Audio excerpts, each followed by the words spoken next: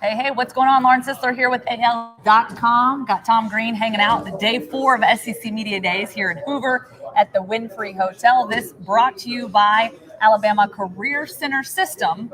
We appreciate our sponsor for this week of SEC Media Days, the 4th and final day.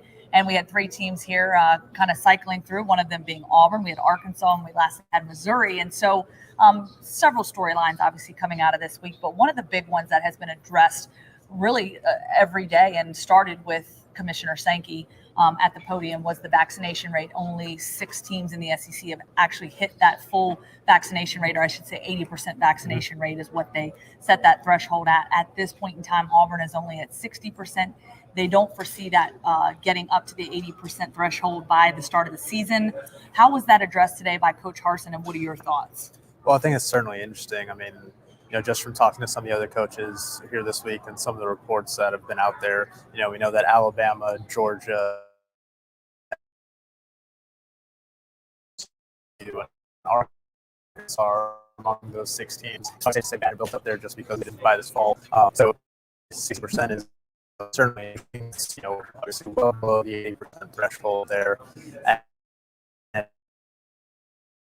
Kirby Smart, when he was up there the other day talking about it, his team's at 90% or so. He wants to get at 100% because he sees it as a competitive advantage for the team, especially with the SEC this year, not planning to have any, rescheduled games because of COVID disruptions, not doing any no contest. If a team can't field the players, they're going to be forced to forfeit. But Bryan Harsin said, he's not looking at it from a competitive edge standpoint. He believes this is a personal decision that, players are going to have to make on their own. They've been getting educated by, Dr. Michael Goodlett, who's, been a very prominent voice, over the last year and a half during this whole pandemic.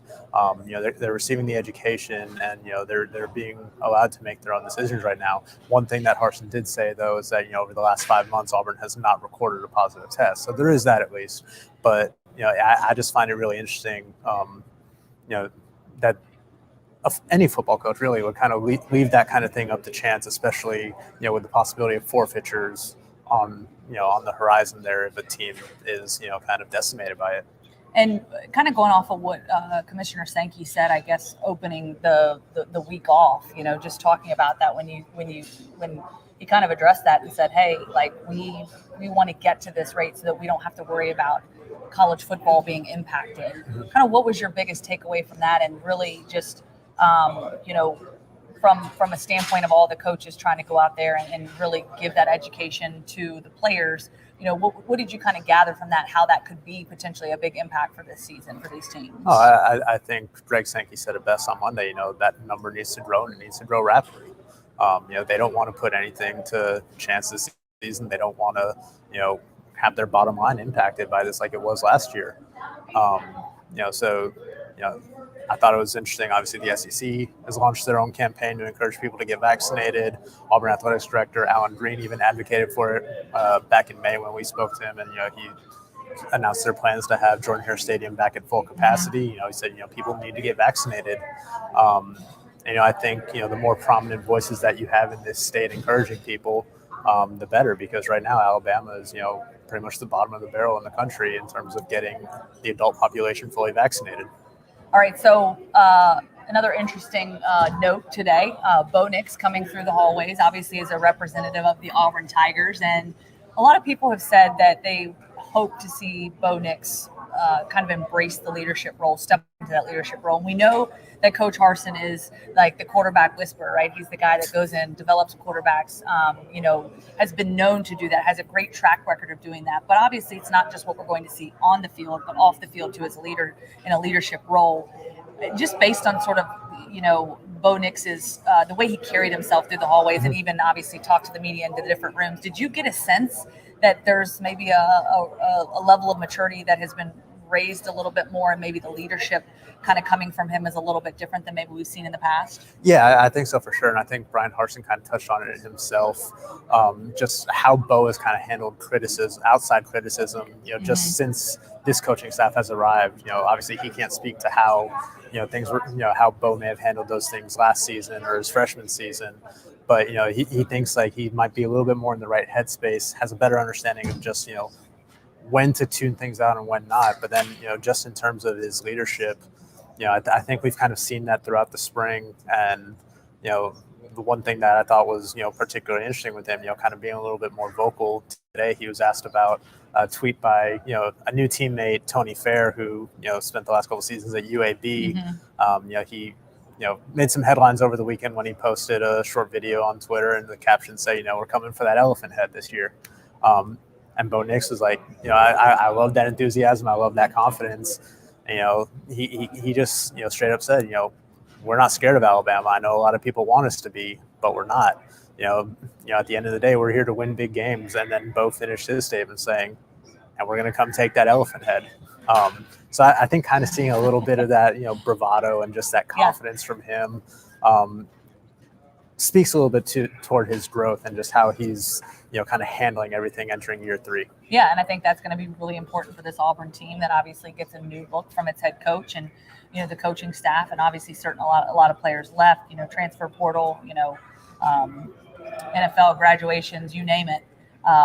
This Auburn team really is going to need that leadership to really kind of step up early to have some success this year. So I think it's great to see their quarterback stepping into that leadership role. All right, before we close things out, Tom, I do want to ask you, SEC Media Days, obviously it's been great to be back in here. And, a lot of times it's relatively quiet and you kind of think, oh, we're not going to see a lot of hype, a lot of changes, a lot of different things other than sort of, a couple new coaches strolling through, but nothing like super headline material. But, oh, by the way, yesterday, as the timing would have been perfect, when Texas A&M was here, the announcement comes down, or reports come down from the Houston Chronicle that Texas and Oklahoma had been in talks with the SEC about potentially joining the conference at some point.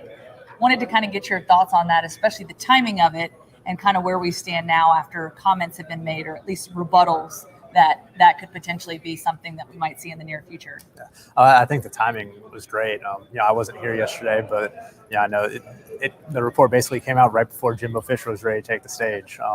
So that was certainly interesting. And obviously just that happening this week, we didn't have SEC Media Days last year. And then this year, it's still kind of a little bit different, but they're trying to, return to how things were. But then that report comes down and it's very obvious, things aren't going to be the same anymore. So I think it's interesting just hearing some of these coaches talk about that. Missouri coach Eli Drinkwitz, he got up there in his opening statement. He joked, I was talking to Commissioner Sankey, in the elevator, and I asked him if the horns down gesture was going to be a 15-yard penalty in the SEC, and Sankey gave him a no comment. So just hearing some of these other coaches, kind of comment on that possibility.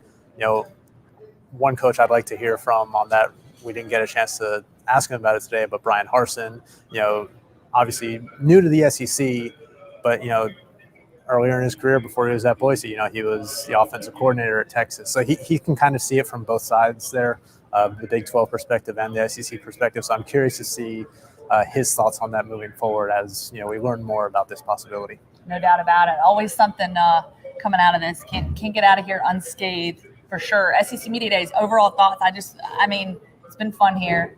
It's been great to be back in person. Obviously, we didn't have it last year. Did you have a good time? When I wasn't so cold. Yeah. They always keep it cold in here. I was talking cold to those that kind of run the show here, and they say, it's a lot easier to cool down a place like this, but once it gets hot, you're in big trouble. So I don't know if I believe him, but I did have a blanket here this week. What am I going to do? It's summertime. I got a jacket on. Hey, it is what it is. We appreciate you, Tom. Thanks for joining us. And we appreciate our sponsors. Thanks for sticking with us, guys.